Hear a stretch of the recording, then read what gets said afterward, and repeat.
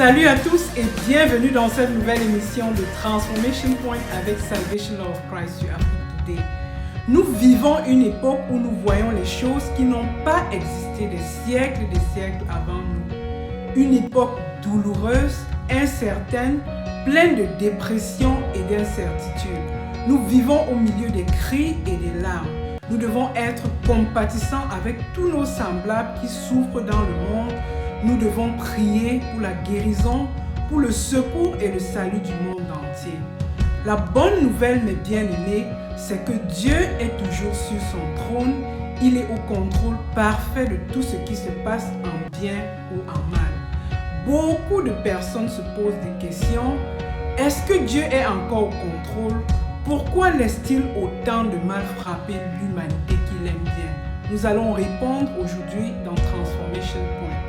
Devant les situations où nous avons le cœur profondément troublé, comme celle de la pandémie, présentée qui ne cesse de s'accroître, la parole de Dieu nous exhorte à nous revêtir de paix que nous avons dans la bonne nouvelle de la connaissance du Seigneur Jésus-Christ qui nous aime et qui nous donne le salut éternel.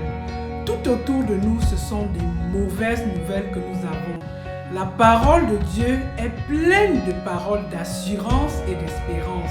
Elle est la bonne nouvelle de la part du Seigneur Jésus-Christ qui dit dans Jean 14, 27, « Je vous laisse la paix, je vous donne ma paix, je ne vous donne pas comme le monde donne, que votre cœur ne se trouble point et ne s'alarme point. » Quelles que soient les situations que le monde va traverser, que ce soit les insécurités, les agressions, les crimes, les persécutions, les maladies de toutes sortes, d'abominations, de catastrophes, de guerres, de difficultés énormes et de tragédies, de morts atroces, de destruction qui nous apportent beaucoup de peur, d'inquiétude et de tourments et de dépression, le Seigneur Jésus-Christ sera toujours présent pour nous donner sa paix qui surpasse toute intelligence. Il n'est pas du tout possible de vivre une vie paisible et stable si nous n'avons pas nos cœurs baignés et solidement enracinés dans la parole du Seigneur, qui est un antidote contre tout. Sincèrement, nous ne pouvons pas être heureux si nous n'avons pas la paix dans le cœur et dans l'âme. Nous devons rechercher et poursuivre la paix qui se trouve dans la parole de Dieu. Tout ce que nous trouvons ailleurs nous donne une paix éphémère et momentanée qui ensuite nous plonge dans une situation initiale de désespoir. Seul Jésus-Christ donne la véritable paix et nous devons marcher avec lui et le laisser guider nos vies dans la paix. Comme Psaume 4, 9 dit, « Je me couche et je m'endors en paix, car toi seul, ô Éternel, tu me donnes la sécurité dans ma demeure. » Bien-aimé, le Seigneur seul nous garantit la sécurité. Pendant que nous sommes actifs, nos vies sont constamment exposées aux différents dangers, surtout maintenant avec cette pandémie. Si nous sommes encore en vie, c'est grâce à la bénédiction de notre Dieu. Nous restons en prière et nous rendons grâce au Seigneur en tout temps et en tout lieu. Il nous donne la promesse de nous garder de tout mal. Il nous demande d'avoir confiance en lui. Comme Philippiens 4, 7 dit, « Et la paix de Dieu qui surpasse toute intelligence gardera vos cœurs et vos pensées en Jésus-Christ. » Dieu est celui qui nous garde et qui nous bénit. Il nous accompagne partout où nous allons et en tout temps. À toi particulièrement, bien-aimé, voici la promesse que Dieu te donne aujourd'hui dans Psaume 121, 5 et 7. L'Éternel est celui qui te garde, l'Éternel est ton ombre à ta main droite, l'Éternel te gardera de tout mal, il gardera ton âme, il gardera ton départ et ton arrivée dès maintenant et à jamais. Aie confiance en lui et garde cette promesse devant les situations de détresse. Appuie-toi sur elle et elle te rassurera et te donnera le réconfort, la paix, la joie et te remplira d'amour de Dieu. Prie avec moi.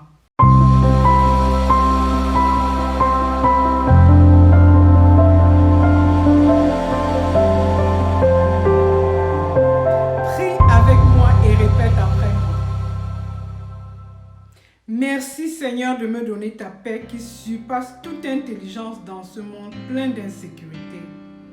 Quand j'ai le cœur troublé par les problèmes de la vie et l'âme déchirée par les souffrances interminables et traumatisé par les circonstances tristes, tu me consoles, tu me protèges et tu me rassures que je suis inébranlable entre tes mains. À qui d'autre irais-je si ce n'est à toi, Seigneur? Tu as les paroles de la vie éternelle. C'est toi qui me secours et qui me garantis la vie et le salut par la puissance de ton Esprit Saint, au nom de Jésus-Christ, notre Seigneur et Sauveur. Amen.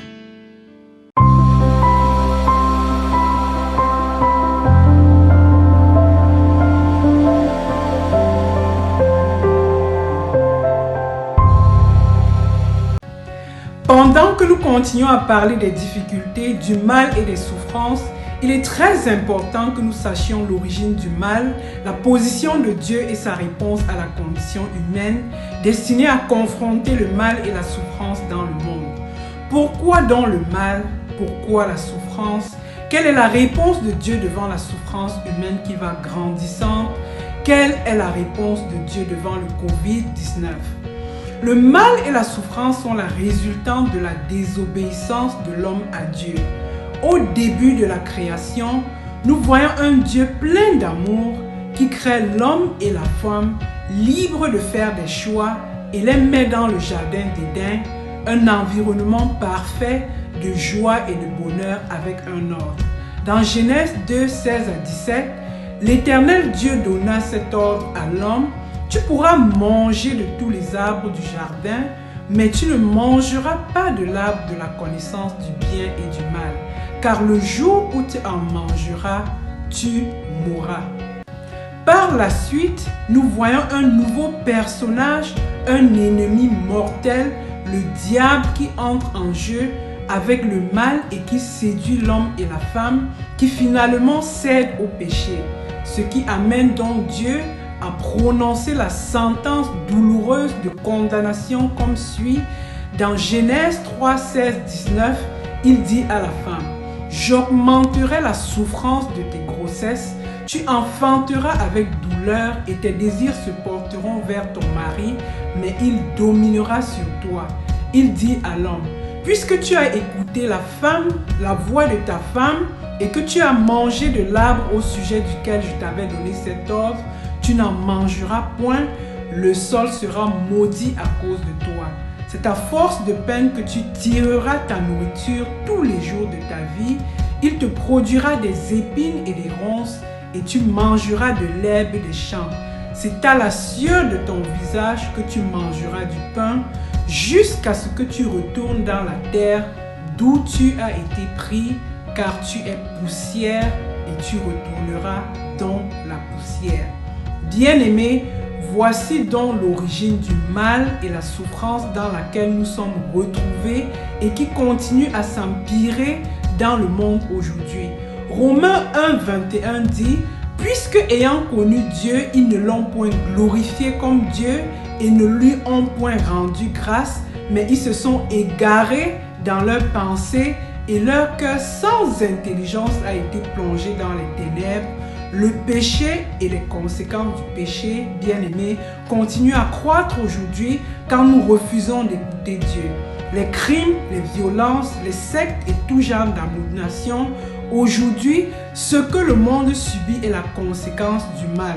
Tout le monde connaît maintenant que le Covid-19 est la résultante de la manipulation du virus au laboratoire.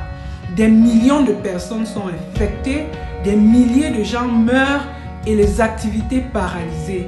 Bien-aimés, tous les ordres, les commandements et les exhortations que Dieu nous donne l'ont toujours été par amour pour nous et pour notre bien et pour notre protection. Et nous nous détruisons énormément et souffrons si nous ne l'écoutons pas. Quand nous n'écoutons pas les paroles de Dieu, nous nous détruisons et nous détruisons ceux qui nous entourent. Nos péchés nous affectent, mais ils affectent également les innocents qui nous entourent. Quelle est donc la réponse de Dieu devant la souffrance humaine qui va grandissant? Quelle est la réponse de Dieu face au Covid-19? 1 Timothée 2, 3, 4 dit: cela est bon et agréable devant Dieu notre Sauveur, qui veut que tous les hommes soient sauvés et parviennent à la connaissance de la vérité. La réponse de Dieu est que tout le monde connaisse son Fils unique Jésus-Christ pour être sauvé. Dieu a envoyé son Fils unique dans le monde pour nous sauver, comme on le lit dans Jean 3,16, car Dieu a tant aimé le monde qu'il a donné son Fils unique, afin que quiconque croit en lui ne périsse point, mais qu'il ait la vie éternelle. Connaître la vérité, bien-aimée, c'est comprendre que sans Jésus-Christ dans nos vies, sans l'écoute et la mise en pratique de ses paroles, nous sommes sur le chemin de la destruction. La réponse de Dieu a donc été toujours de se repentir du mal et de marcher sur le droit chemin. Jésus-Christ est le chemin, la vérité et la vie, et nul ne peut être sauvé de la destruction du monde et de l'enfer sans passer par lui.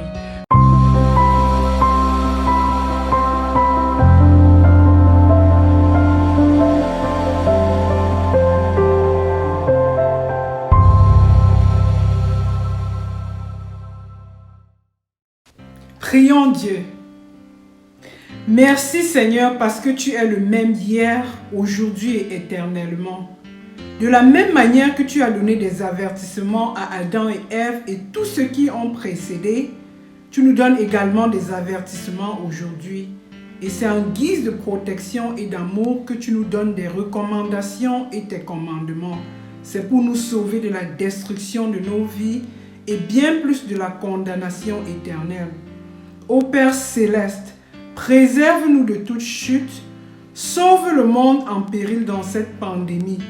Nous nous repentons du fond du cœur dans l'espérance, Seigneur, que tu vas nous apporter la guérison, le salut, le secours et surtout ton amour. Nous voulons te suivre, te servir, te louer, t'obéir et t'adorer éternellement au nom de Jésus-Christ, notre Seigneur et Sauveur. Amen.